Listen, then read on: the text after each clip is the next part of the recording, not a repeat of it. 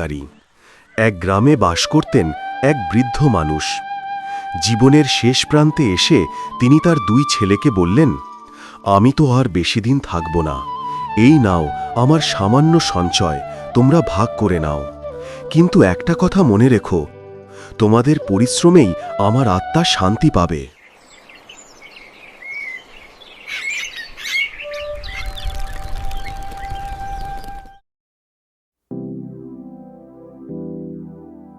বড় ছেলে গোবিন্দ আর ছোট ছেলে রবিন দুজনেই বাবার কথা মনে রেখে প্রতিজ্ঞা করল, এই টাকায় তারা 1 বিঘা জমি কিনবে আর সেখানে ফসল ফলাবে।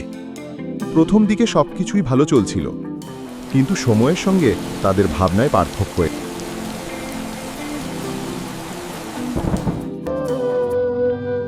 ভগবান আমাদের শক্তি দিয়েছেন, এখন কাজ আমাদের করতেই হবে।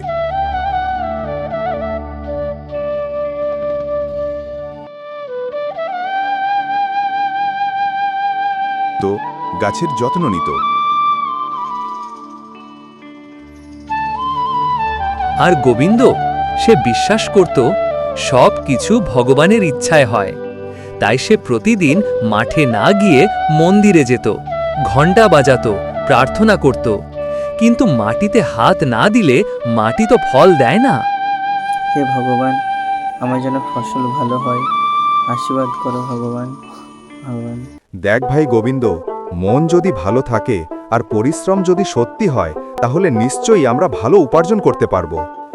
হ্যাঁ ভাই, আর সব কিছুই ভগবানের ইচ্ছা, তিনি চাইলে সবই হবে।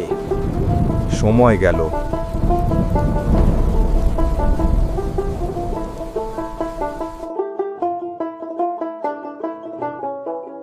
রবিন দিন রাত মাঠে কাজ করল। মাটি কাটা, ঘাস তোলা, বীজ ছড়ানো, একটু আলসেমি করল না। ফসলও খুব ভালো হলো, কিন্তু সমস্যা হলো ফসল বিক্রি করার সময় দাম অনেক কমে গেল। এতেই শুরু হলো ঝগড়া। দেখ গোবিন্দ, ফসল বোনা থেকে কাটা পর্যন্ত আমি কষ্ট করেছি, তাই বিক্রির টাকায় আমার ভাগটা বেশি হওয়া উচিত। না, তা কখনোই না। আমি প্রতিদিন ভগবানের কাছে মাথা ঠুকিয়ে প্রার্থনা করেছি। ভগবানের কৃপা ছাড়া একটা দানাও জন্মায় না, তাই বেশিরভাগ পাওয়ার অধিকার আমার। বেশ কথা কাটাকাটি হলো। শেষে তারা গ্রামের বিচারক মরণ মশাইয়ের কাছে গেল।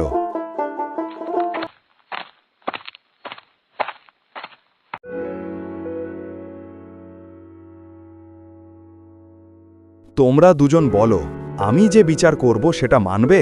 দুজনেই বলল, হ্যাঁ মানব।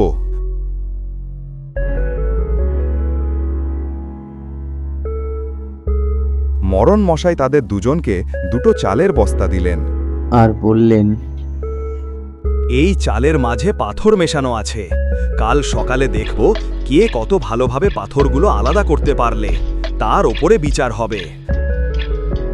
রাতে রবিন বসে রইল, চাল ছাঁকতে ছাঁকতে, জল দিয়ে ধুতে ধুতে, ঘুম না করেই পাথর আলাদা করল।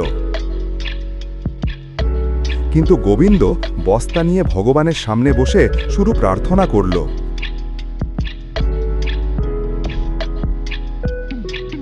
হে ভগবান, তুমি সব করো, আমি তোমার ওপর সম্পূর্ণ ভরসা করেছি। হে ভগবান, তোমার ইচ্ছে ছাড়া একটা পাতাও হিলে না, তুমি যা করার করো। পরের দিন বিচার। মশাই, আমি অনেকটা পাথর আলাদা করেছি, তবে কিছু এখনো রয়ে গেছে। ঠিক আছে, এখন গোবিন্দ আসুক।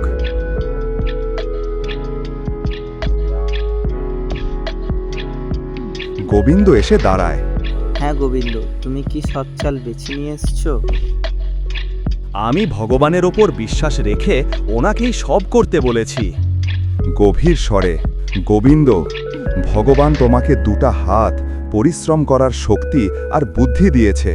সেগুলো ব্যবহার করাই ভগবানের ইচ্ছা। শুধু বসে থেকে সব ভগবানের ওপর ছেড়ে দিলে তা বিশ্বাস নয়, অলসতা।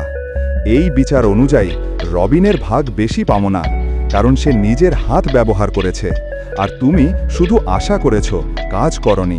ভগবানের ওপর বিশ্বাস ভালো, কিন্তু সাথে সাথে নিজের পরিশ্রমও জরুরি, কারণ পরিশ্রম ছাড়া প্রার্থনা শুধু কথা মাত্র। আর হ্যাঁ বন্ধুরা, তোমাদের যদি কার্টুন পছন্দ হয়ে থাকে তাহলে সাবস্ক্রাইব করতে ভুলবে না। বেল আইকন কিন্তু টিপে দেবে, সবার আগে নোটিফিকেশন তোমার